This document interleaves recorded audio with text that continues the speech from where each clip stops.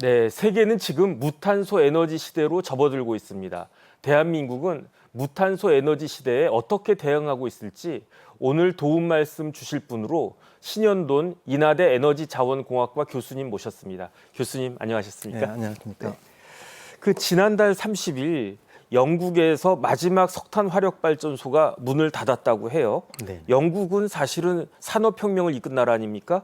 세계 최초로 석탄 화력을 시작한 그런 나라인데 142년 만에 석탄 발전에 모든 불을 껐다. 그런 나라가 됐다. 이렇게 이해할 수 있을 것 같은데 도대체 어떤 의미가 있다고 볼 수 있을까요?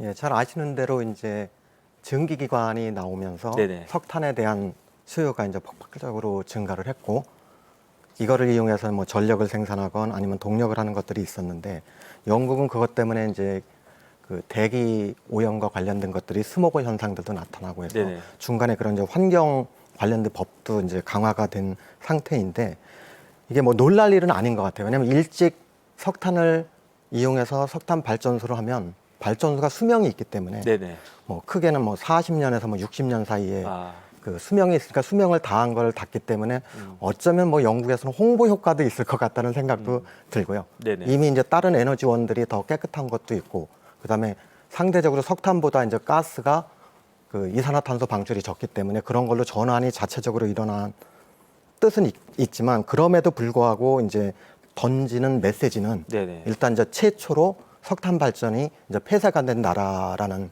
그런 뭐 이름을 갖게 됐고, 향후 이게 시작에 불과하고 나머지 나라들도 이런 트렌드를 따라서 계속 아마 이제 석탄 발전을 폐쇄할 가능성이 높아진다고 볼 수 있겠습니다. 그러니까 석탄 화력 발전소를 영국이 제일 먼저 오픈했으니까 그러니까 네네. 수명이 다해서 제일 먼저 클로즈한 네. 그런 영향도 있을 것이다. 그런데 결국은 우리나라는 아직 석탄 화력 발전소 많이 가동되고 있잖아요. 그렇죠. 그럼 이제 우리나라도 언젠가는 모든 석탄 화력 발전소가 클로즈될 수 있을 그럴 가능성이 높겠네요. 네, 그 순서대로 아마 갈 가능성이 크고요. 왜냐하면 수명이 5년밖에 시작된 지 안 됐는데 나머지 40년 남은 거를 바로 문을 닫게 되면은 그 손해가 엄청나게 많이 나기 아깝죠. 때문에 예, 그런 거를 못 할 겁니다. 네네.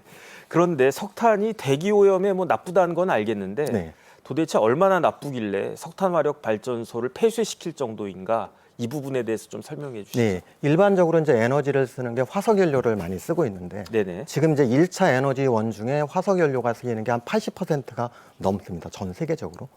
근데 그 화석연료에 이제 석탄, 석유, 가스 이것 중에 이제 석탄이 100이라는 CO2를 발생시키면 네네. 석유는 한 80%, 그리고 천연가스는 한 60% 수준의 CO2만 발생하기 때문에 상대적으로 이제 CO2 발생량이 에너지를 뭐 톤당 발생하건 뭐건 가장 많은 에너지를 발생할 때 CO2 발생이 많기 때문에 네네.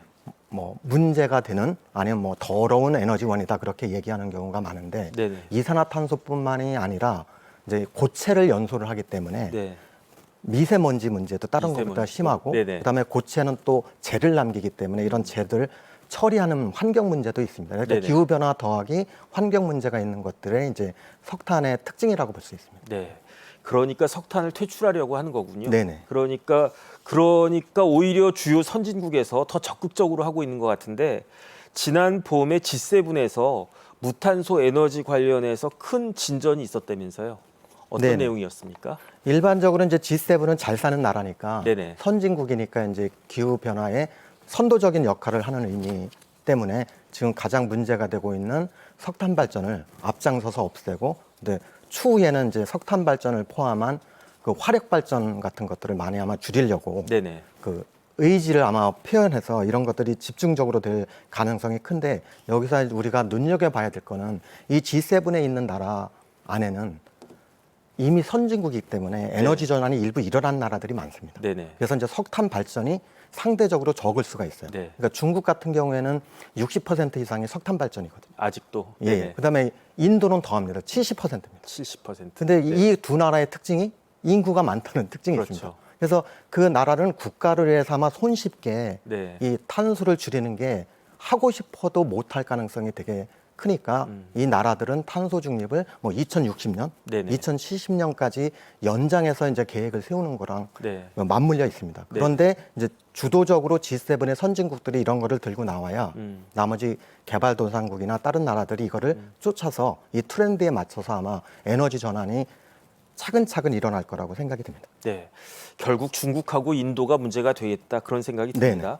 그러면 탄소를 줄이기 위해서 이제 신재생 에너지 쪽으로 가고 있는데 신재생 에너지 이런 이야기는 많이 들었는데 네네. 구체적으로 어떤 걸 이야기하는 겁니까? 나라마다 용어를 쓰는 게 좀 다릅니다. 네네. 그러니까 일반적으로 세계에서 그냥 리뉴어블 에너지 하면은 재생 에너지입니다. 네. 그래서 항상 그 다른 데서 만들어서 쓰는 게 아니라 끊임없이 계속 뭐 지구가 존재하는 한 생산할 수 있는 에너지를 의미하는데 네네. 이제 한국 같은 경우에는 특별히 신에너지랑 그 재생에너지를 합쳐서 신재생 에너지라고 얘기를 하는 거고 이제 신에너지 안에는 기본적으로 대표적인 이제 미래 에너지원인 수소에너지, 네. 그다음에 연료전지, 네. 그리고 기존에 우리가 탄소 배출이 많은 에너지원을 가스로 만들어서 재활용하려고 하는 에너지도 이미 여기에 들어가 있습니다. 네네. 그래서 석탄을 액화 가스화 시키는다든지 아니면 이제 중진류를 어떻게 만들어서 더 탄소 배출이 적은 에너지원으로 바꿔 쓰는 것도 있고요. 그다음 이제 재생에너지는 한국의 법으로 정해져 있어서 이 신재생에너지가 11개의 카테고리로 나눠져 있습니다. 네네. 그래서 이제 대표적인 건 뭐 태양광 에너지, 그다음에 풍력, 수력, 그다음에 뭐 지열, 바이오 여러 가지 에너지원들이 이 안에 들어 있기 때문에 이런 에너지원들을 이제 어떻게 잘 활용을 해서 국가의 이제 에너지 전환 아니면 탄소 중립에 어떻게 활용할 건지에 대한 이제 고민들이 더 깊어질 수밖에 없습니다. 그러니까 신재생 에너지가 하나의 단어가 아니고 신에너지와 재생에너지를 합한 이야기다. 예. 두 개념을 합친 것이다. 네네. 그래서 저도 법을 찾아봤더니 신에너지 및 재생에너지 개발이용 보급 촉진법이라고 하는 네네. 법이 있어서 거기에 지금 조금 전 교수님 말씀하신 것처럼 신에너지에 대한 정의 규정이 있고 네네. 재생에너지에 대한 정의 규정이 있었던 걸 제가 확인을 했었는데요. 근데 봤더니 결국은 신재생에너지라고 하는 것은 석유, 석탄, 원자력, 천연가스가 아닌 에너지다. 이렇게 규정을 하고 있더라고요. 네네. 그래서 이런 부분들에 대해서도 조금 고민할 그런 여지가 있지 않을까 그런 생각이 드는데 근데 제일 중요한 건 뭐냐면은 뭐든지 일이라고 하는 게 한꺼번에 혁명적으로 일어나는 거 쉽지 않지 않습니까? 그러니까 화석 연료에서 무탄소 에너지로 넘어갈 때 그냥 다이렉트로 넘어갈 가능성이 있는 것인가 아니면 중간에 어떤 단계를 거쳐가야 되는 것인가 어떻게 봐야 될 것 같습니까? 이 문제는 이제 이진법으로 해결이 안 됩니다. 네네. 근데 그 원인은 아까 말씀드린 대로 영국의 석탄 발전도 이 석탄을 사용해서 140년이 넘는 시간이 걸렸잖아요. 네네. 그럼 그게 다른 나라도 비슷한 시간대로 아마 퇴출이 되는 스케줄이 나오면 네네. 이 에너지원이 왜 이런 현상이 일어나면 인프라가 깔려 있고 그거를 생산하는 생산 설비들의 수명이 있기 때문에 순식간에 바꿀 수가 없습니다. 그리고 각 나라마다 에너지원을 보존하고 있는 상태들이 다르기 때문에 일단 자기네 나라가 갖고 있는 에너지원을 많이 쓸 수밖에 실제적으로는 없습니다. 그럼 만약에 브라질 같은 경우에는 수력이 대부분의 전력을 많이 생산하고 있는데 네네. 우리 같은 경우는 또 수력도 없고 네네. 그다음에 신재생 에너지의 가장 단점이 간헐성에 있습니다. 네. 항상 24시간 에너지를 방출할 수 있는 게 아니기 때문에 전력에서도 이제 기저전력이라는 게 있고 네. 이런 신재생 에너지를 어떻게 또 저장하는 저장 장치랑 맞물려서 돌아가기 때문에 네. 추가적인 비용 네. 그런 것들이 발생할 수밖에 없는 에너지원입니다. 그래서 네. 우리가 원하지만 우리가 원하는 시기에 원하는 볼륨으로 생산을 못할 가능성이 되게 높은 에너지입니다. 네네. 그래서 사실은 신재생 에너지를 위한 발전소를 건설하다가 오히려 환경 피해가 발생하는 경우도 적지 그쵸. 않을 수 있겠더라고요. 그런데 지금 다시 주목받고 있는 게 원자력 아니겠습니까? 네. 원자력 발전 한때는 탈원전 이야기가 많이 나오다가 이제는 원자력이 다시 주목을 받고 있는데 어쨌든 우리나라 대한민국은 원전에 있어서는 강국이니까 그런데 이렇게 무탄소 에너지를 사용하는 게 첫 번째 기후 위기를 위해서도 뭐 두 번째 이슈에서 봤던 기후 위기를 위해서도 필요한 것이긴 하지만 이제는 에너지 안보를 위해서도 원자력이 굉장히 중요한 상황이 됐다고 하면서요. 네. 지금 보면 이제 기후 변화는 어떻게 보면 전 세계적인 이슈고 네네. 나만 잘한다고 해결될 문제가 아니지만 우리나라 내부에서 쓰는 에너지원에 대한 확보는 결국 에너지 안보 국가적인 차원에서 우리 국민을 위한 일들이 되기 때문에 이거를 나눠서 생각할 필요는 있을 것 같아요. 근데 네. 에너지원이 대표적으로 80%의 에너지원은 지금 현재 전 세계적으로 화석연료입니다. 네. 그리고 이제 신재생 에너지는 뭐 10%도 안 되는 상태를 보여주고, 네네. 그다음에 뭐 원자력도 한 10% 내외 될 수밖에 없는데, 지금 그 IEA나 다른 국제 에너지 기구에서 예측하는 거는 2050년이 돼도 화석 연료는 60%를 차지할 수도 있다는 얘기들이 납니다. 네네. 그 얘기는 그만큼 이제 에너지 전환이 더딜 수도 있고, 네네. 그다음에 또 하나는 중국과 인도의 30억 인구가 서양이나 한국의 에너지 소비량의 3분의 1, 4분의 1도 안 쓴다는 거예요. 지금은요. 예. 네네. 근데 그런 나라가 산업 발전이 되고 경제 발전이 되면 엄청난 에너지원을 쓸 수밖에 없거든요. 폭증하겠네요. 그렇죠. 네. 그래서 이제 뭐 그런 나라들은 단기간에 에너지원을 공급을 하려면 전력 면에서는 이제 원전을 많이 쓰는 거고, 네네. 이미 석탄이 폐쇄되기 시작하지만 인도와 중국은 여전히 석탄 발전을 새로 건설하는 그런 현상들이 전 지구에서는 발생하고 있습니다. 네네. 그래서 이게 좀 복잡한 모양새로 가고요. 또 하나는 전력이 전체 에너지를 대변할 수는 없습니다. 왜냐하면 에너지 믹스라는 거는 1차 에너지원들이 어떻게 되어 있는지고, 네네. 지금 말씀드린 전력은 전력 믹스예요. 네. 그러니까 전력을 생산할 때 60%가 화석연료예요. 또. 네. 그래서 이런 것들이 복잡하게 얽혀 있기 때문에 결국 그 나라의 상황이랑 경제 발전 상황, 그다음에 에너지 자원을 보유하고 있는 현상, 그다음에 어떤 에너지원을 할 수 있는지, 신재생 에너지의 용량은 어느 정도 가능한지를 복합적으로 고려를 해서 적당하게 조화롭게 믹스를 하는 것들이 이제 가장 중요하고, 네네. 한국 같은 경우에는 뭐 국토 면적도 협소하고, 그다음에 뭐 태양광 그런 것들을 설치할 수 있는 면적 자체가 적기 때문에 네네. 결국 원전을 피할 수가 없습니다. 네. 근데 화석 연료는 기후 변화에 대한 문제가 발생하고, 원전은 사실은 후에 다 쓰고 났을 때 남은 이제 폐기물 처리를 어떻게 보관할 건지, 그거는 뭐 수천 년, 수만 년까지 보관이 돼야 되기 때문에 이런 문제들을 뭐 지진이나 다른 것들 때문에 이제 어떻게 할지 안전의 문제가 있을 수 있습니다. 네네. 그리고 신재생 에너지는 어떻게 보면은 sustainability, 지속 가능하게 네. 값싼 가격으로 대용량으로 할 수 있는지, 그런 것들을 고려를 하기 때문에 이 세상에는 완벽한 에너지원은 아직 존재를 하고 있지 않기 때문에 네. 한국이 갖고 있는 옵션 중에 원전이 그나마 기후 변화에는 긍정적이죠. 그다음에 우리가 기술 발전이나 다른 걸 가지고 시간을 벌 수 있는 시간이 있기 때문에 그런 것들은 이제 과학 기술에 의존을 해서 향후 우리가 20, 30년의 시간을 벌면 그 시간 안에 핵 폐기물 처리나 다른 것들을 할 수 있는 대안을 반드시 마련해야 이게 대책이 될 수가 있습니다. 네네. 참 에너지 문제는 생각할수록 복잡한 문제가 아닌가 싶은데, 그런데 우리나라는 원자력뿐만 아니라 이 무탄소 에너지 중에서 청정수소 분야에 있어서도 우리나라가 굉장히 발전하고 있지 않습니까? 네네. 청정수소가 무언지, 그다음에 우리나라는 어느 정도 위치에 있는지 이런 부분들 좀 설명을 해주시면 좋겠습니다. 예. 그러니까 수소라는 것들은 대부분 뭐 우주에는 엄청나게 많습니다. 우주의 75%가 네네. 수소예요. 아, 수소 가스로 돼 있고 나머지 뭐 24% 헬륨 가스로 돼 있는데, 네네. 이 가스 형태로 존재하는 수소가 찾기가 힘들다는 거예요. 그걸 우리가 천연수소라고 얘기를 합니다. 그러면 수소가 어떤 형태로 존재를 하느냐? 물의 형태로 존재하는 것과 그다음에 탄화수소의 형태, 이 탄화수소라는 거는 화석연료입니다. 그러니까 결국 우리가 수소를 생산하려면 탄화수소를 분해를 해서 수소를 생산하든지, 아니면 물을 분해해야 되는데 물을 분해하면 전기가 필요하다는 거죠. 네네. 근데 이 전기가 또 60%는 화석연료에서 오니까 그러네요. 이게 깨끗한 걸로 되는지에 따라서 수소 생산의 색깔이 달라지는 겁니다. 네. 그래서 신재생 에너지 전기를 이용해서 하면 그린 수소, 네.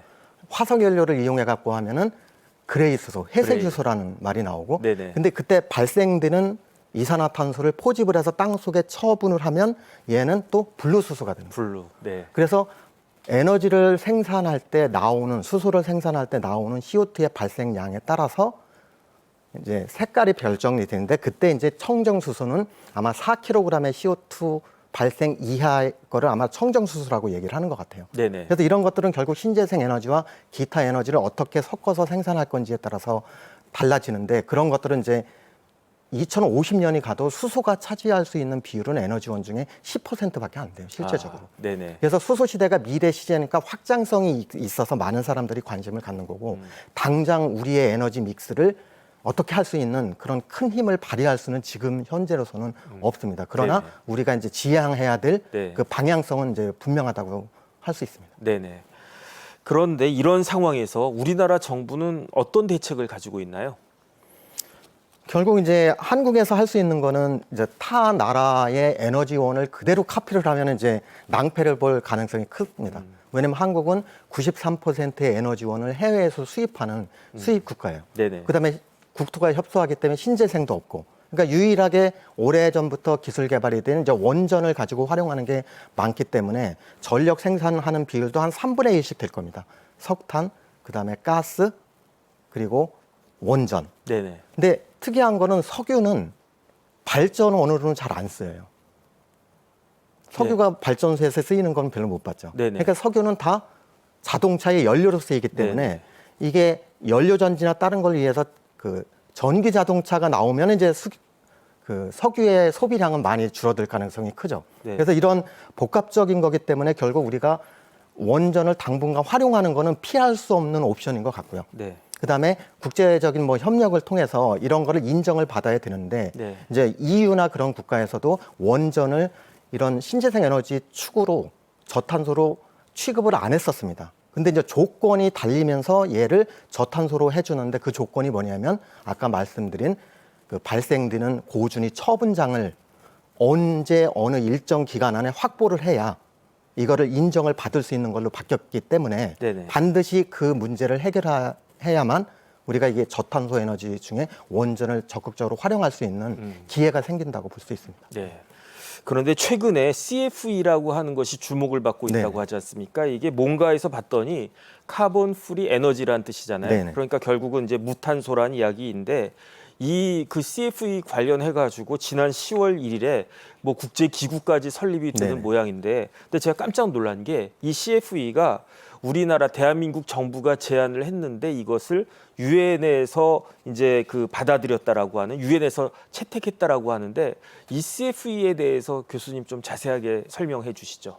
이제 말씀하신 대로 이제 CF는 카본 프리 에너지니까 이산화탄소 방출을 하지 않는 에너지. 네네. 결국 신재생 에너지하고 비슷하네요. 원전밖에 없습니다. 원전. 그렇죠? 네네. 왜냐하면 지금 표면적으로 원전의 그냥 문제점 자체는 얘를 활용했었을 때 나오는 폐기물을 어떻게 처리하는지 문제지 탄소를 배출하는 문제에서는 자유롭거든요. 네네. 그러면 이제 이런 CFE를 한 관심이 있는 나라는 결국 한계가 있는 나라들. 그러니까 일반적으로 뭐 신재생 에너지를 공급이 한계가 있거나 네. 기존에 뭐 가스나 다른 것들이 없거나 원전을 활용할 수밖에 없는 나라 중심으로 아마 CFE가 그 각광을 받을 가능성이 있습니다. 그러면 네. 이제 한국 정부에서는 우리와 유사한 위치에 있는 사람, 그렇죠? 국가들, 네네. 그다음에 이제 탄소 중립에 어려움이 있는데 이 원전을 제대로 활용을 해서 이런 CFE라는 조직을 통해서 사람들의 다른 나라들의 서포트를 많이 받으면 좀 더 수월하게 이 탄소 중립으로 가는 길에서 네네. 그 우위를 그 선점하지 않을까 하는 생각도 해봅니다. 그러면은 그 많은 사람들이 알리백이라고 하는 것을 그 많이 그 네네. 들었었잖아요. 네네. 그러면 이 CFE는 알리백보다도 더 범위가 넓은 거라고 넓어졌다고 볼 수 있습니다. 그렇게 볼 수 예, 있겠네요. 예, 예. 그다음에 이제 교수님 조금 전에 잘 설명해 주셨지만 이 신재생 에너지에다가 원자력까지 합친 게 그게 CFE다. 이렇게 간단하게 네네. 생각하면 운신의 될까요? 폭이 조금 더 넓어져서 네네. 이제 원자력에 의존할 수밖에 없는 국가한테는 상당한 장점이 있는 제도라고 볼 수 있습니다. 네네. 그러니까 그렇다라고 하면은 국가나 또는 기업들이 에너지원을 선택할 수 있는 폭이 원자력이 포함됐으니까 더 넓어졌다. 이거는 네네. 상당히 많은 국가에서 호응을 얻을 수 있지 않을까, 일단 그런 느낌이 듭니다. 예, 정부에서 잘 드라이브를 걸고 네네. 이제 우리랑 비슷한 위치에 있는 국가들을 잘 뭐 포섭이라는 말은 그렇지만 네네. 이제 설명을 잘하고 네. 같이 가게 되면은, 왜냐하면 모든 국가들이 알고 있을 겁니다. 탄소 중립이 2050년에 어렵다는 사실들은 다 알고 있기 때문에 아, 네네. 이게 아마 한꺼번에 이루어지지 않을 거고 우리 생각보다 오래 걸릴 거라고 생각을 하는 거예요. 네네. 그 이유는 이산화탄소의 방출량의 53%는 중국이 30%, 네. 미국이 15%, 인도가 8%를 하기 때문에 이 세 나라의 에너지 정책이 전 세계의 에너지 정책이나 기후변화 정책을 좌지우지할 수 있기 때문에 네네. 이 나라들의 동향들을 잘 살피고 네. 우리가 어떻게 할 수 있는지 그런 방법들을 찾는 게 좀 현명하다고 볼 수 있겠습니다. 네네. 그런데 그 CFE 의장국이 우리나라라면서요. 네네. 그러면 앞으로 CFE는 어떤 로드맵을 가지고 있다고 합니까? 아마 이제 여기에 참여할 수 있는 그 국가들을 넓히고 네네. 그다음에 이게 표준화하는 것들이 국제 표준화 작업이 필요하기 때문에 표준화, 왜냐하면 인정을 해주는 부분이 어디고 하는 것들을 나눠야 되는 부분도 있어서 그런 부분들 그리고 이제 기업이 조금 더 자발적으로 참여할 수 있게 이제 인센티브 같은 거를 잘 그 만들고 하는 것들을 체계적으로 이제 만드는 것이 가장 중요하다고 생각이 듭니다. 네네. 지금까지 CFE에 참여한 나라는 어떤 나라들이 있었습니까? 중요한 나라들 그 말씀해 주시면은. 아마 아까 말씀드린 저 뭐 일본이 뭐 최근에 참여를 했다는 얘기도 있고 네네. 그다음에 뭐 미국, 호주, 뭐 캐나다, 네. 이탈리아 그리고 뭐 독일이나 일부 나라들이 우리와 같이 뭐 영국, 프랑스의 유럽에 있는 국가들이 아마 우선적으로 했을 거예요. 네네. 그다음에 이제 프랑스 같은 경우는 한국처럼 그 원전이 많은 나라이기 때문에 네네. 아까 말씀드린 대로 이제 탄소 중에서 석탄을 제외한 나머지 그 원전과 그다음에 신재생 에너지에 그 방점을 두고 있는 국가 정책이 있는 나라들과 이거를 이제 조금 더 넓혀야 되는데 아마 그 석탄을 많이 사용하고 있는 인도와 중국도 관심을 가질 수밖에 없습니다. 왜냐하면 네네. 그 나라들의 운신의 폭을 넓혀주는 일이기 때문에 아마 적극적으로 참여를 유도를 하면 네네. 더 많은 국가들이 참여하고 체계적인 인센티브 대조나 다른 표준화 작업이 거치면 조금 더 파급 효과가 크지 않을까 합니다. 그러니까 이제 영국, 프랑스, 네덜란드 같은 서유럽의 선진 국가뿐만 아니라 이제 일본도 참여를 하는 것 같고 거기에다가 제가 조금 독특하고 재밌다라고 생각했던 게 사우디아라비아하고 네네. 아랍에미레이트도 참여하겠다라고 하니까 이게 전 세계적으로 큰 반향을 일으킬 수도 있는 것이 아닐까 그런 생각이 듭니다. 네네. 그러면 이렇게 우리나라가 주도하고 있는 CFE를 통해서 어떻게 어떤 전략으로 세계 에너지 그 전략이 그 진행되게 될까요? 이제 전 지구적으로 나타난 게 이제 기후 변화하고 환경 문제인데 이거를 이제 외면할 수는 없으니까. 네네. 그런데 각 나라들이 에너지 소비량도 다 다르고 부존 자원도 다르기 때문에 결국 기후 변화 대응을 하려고 하는 거는 분명한데 여기에 툴이 여러 가지가 존재할 수 있습니다. 그래서 기존의 화석 연료를 줄이고 네네. 그다음에 신재생 에너지를 확대하고 그다음에 쓰고 있는 뭐 장치나 장비들의 에너지 효율을 높이면 네네. 에너지 사용량이 줄 수도 있습니다. 이런 것들을 갖다가 복합적으로 계획을 세워서 차근차근 실행을 해야 되는데 이제 계획만 있고 네. 실행력이 따라가지 않으면 이거 아무것도 발생하지 않을 성이 계속 증가할 거예요. 네네. 그래서 결국 시간만 들어가고 뭐 기술이나 다른 게 축적이 안 되기 때문에 네. 어려운 탄소 중립의 길로 접어들 수 있기 때문에 조금 더 현명하고 실천 가능하고 그 현실적인 대안들을 잘 마련하는 것이 중요하다고 생각이 듭니다. 네. 화석 연료의 시대가 가고 새로운 에너지 시대가 오고 있습니다. 지난 시대와의 안녕을 잘 구하기 위해서라도 미래 세대와의 계획도 철저하게 세워야 되겠습니다. 지금까지 도움 말씀에 신현돈 인하대 에너지자원공학과 교수님이었습니다. 교수님 감사합니다. 네, 감사합니다.